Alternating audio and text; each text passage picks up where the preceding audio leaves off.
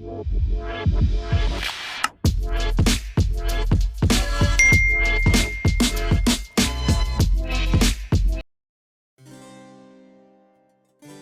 18th Amendment, ratified in 1919, ushered in prohibition, banning the production, importation, transportation, and sale of alcoholic beverages. From 1920 to its repeal in 1933, prohibition aimed to eradicate the social ills associated with alcohol consumption. It divided the nation, pitting those who believed in its potential for societal improvement against those who viewed it as an infringement on personal liberty. The Dry faction, largely composed of rural Protestants and social reformers, saw prohibition as a triumph against immorality and vice. They believed that alcohol was the root cause of many societal problems such as poverty, domestic violence, and crime. On the other hand, the Wet faction, largely composed of urban immigrants and those who enjoyed the social aspects of drinking, saw it as an attack on their personal freedoms.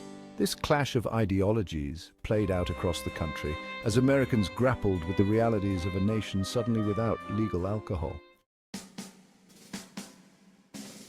The roots of prohibition can be traced back to the temperance movement of the 19th century.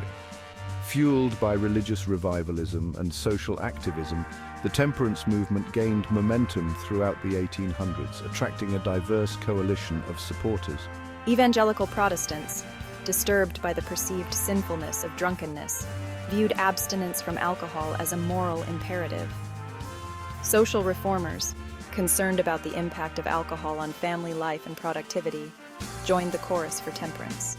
The Women's Christian Temperance Union, founded in 1874, became a powerful force in the movement.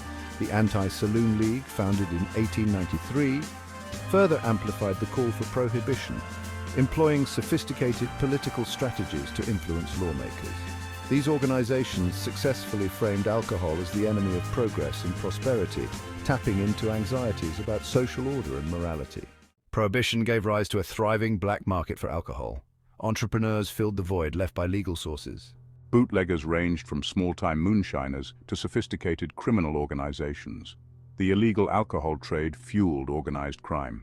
Gangsters like Al Capone and Charles Lucky Luciano built empires on bootlegging.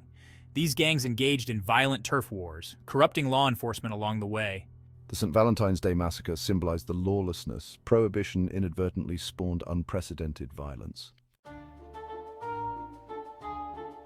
The Roaring Twenties, as the decade of prohibition came to be known, was a time of dramatic social and cultural change.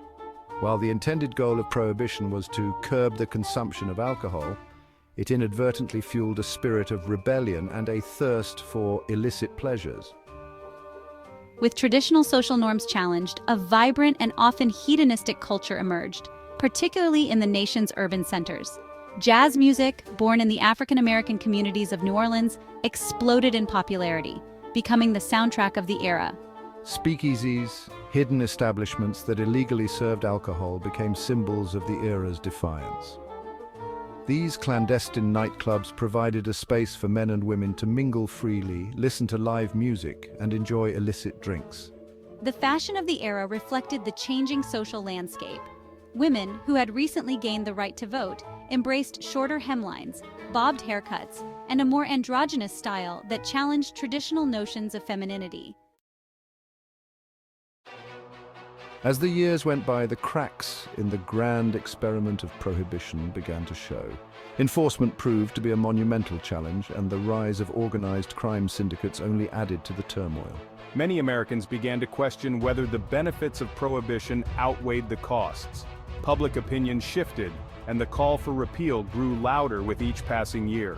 By the early 1930s, the nation was ready for change. The Great Depression further underscored the need for economic revival, and the potential tax revenue from legal alcohol became an attractive prospect. In 1933, the 21st Amendment was ratified, effectively ending prohibition. Today, the echoes of prohibition can still be felt in modern America. The lessons learned from this ambitious social experiment continue to influence contemporary debates on regulation and personal freedom. The Prohibition era highlighted the complexities of legislating morality and the unintended consequences that can arise from such efforts. From the ongoing discussions about drug legalization to the regulation of other vices, the shadow of prohibition looms large. As we navigate these modern issues, the story of Prohibition remains a valuable case study in understanding the interplay between law, culture, and human behavior. It's a testament to the enduring struggle to find harmony between societal goals and individual freedoms.